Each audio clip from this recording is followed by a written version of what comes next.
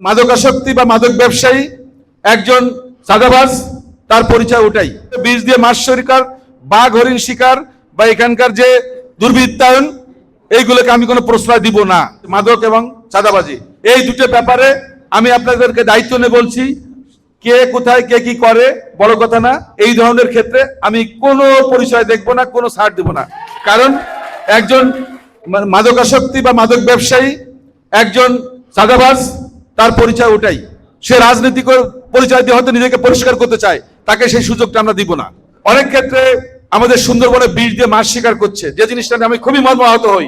আপনি জানেন কে যাচ্ছে, অথচ আপনি তাকে বলছেন না যে বাইরে এড়ে যাস না, তো সোয়ালটা এখন তো মাছ পাবে না, এরিস না। এই কথা কিন্তু কিনা করছে না, কিন্তু এটা কিন্তু আমাদের দায়িত্ব। আমি জানতেছি যে অমুকে ভাই যাচ্ছে, অমুকে ছেলে যাচ্ছে, তার বাড়িতে যে একটু বলা, তার বউরে বুঝানো যে তোমার সবাল কিন্তু মাছ ধরতে গেলে পাবে না, কিন্তু ও নির্বংশ হয়ে যাচ্ছে। আমি সকলে কব যে আপনারা এইটা ভাবেন, এটা হচ্ছে নিজে বিষ খাওয়ার মতো।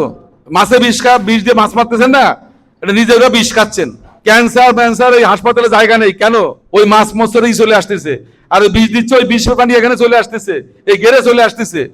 দুনিয়া সব মানে বাতিল হয়ে যাচ্ছে। আপনাকে এগুলো দেখতে হবে। এটা আমি এসে ডাকাতে দেখো না। কথাবার্তা তো আসলে ভদ্রলোকের মতো করে এই জন্য শোনেন, এই জন্য দেশি বাংলায় বললাম যে 12টা নিজেরা বাজাচ্ছেন, এটা কিন্তু দেশের কোনো মন্ত্রী এসে বাজাচ্ছে না। কিন্তু এই জন্য সবাইরে বলবো যে আপনারা সচেতন হন, নিজের সন্তানকে, নিজের বাবাকে, নিজের মাকে, নিজের পরিবারকে সচেতন করেন যে না, আল্লাহর রাস্তায় এই কাজটা করে না।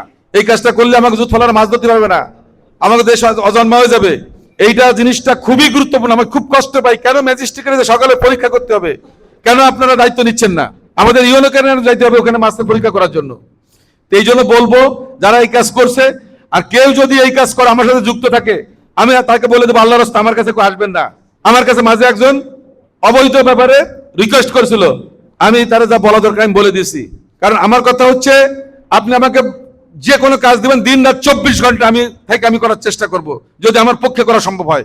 কিন্তু আপনাদের যে অবৈধ যে কাজ কামগুলো, এইগুলোকে দয়া করে আমাকে ডাকবেন না। কারণ আমি একজন নামাজি মানুষ, আমি পরকাল বিশ্বাস করি, আমি বিশ্বাস করি আমার মরতে হবে, আমাকে জবাবদিহি করতে হবে। সুতরাং আপনার অপকর্মের ভিতর আল্লাহর রাস্তায় আমাকে ডাকবেন না। বিষ দিয়ে মাছ শিকার, বাঘ হরিণ শিকার বা এখানকার যে দুর্বৃত্তায়ন, এইগুলোকে আমি কোনো প্রশ্রয় দিব না। যারা এগুলো করছে আমার সাথে চললেই যে বৈধ হয়ে গেল, ব্যাপারটা তা না। এগুলো অবৈধ কাজ। সে কোথায় চলে, কার সাথে চলে বড় কথা না, সে অবৈধ কর্মকাণ্ডের সাথে যুক্ত। সবাইকে আমি অনুরোধ করবো এই ব্যাপারটা খেয়াল রাখবেন।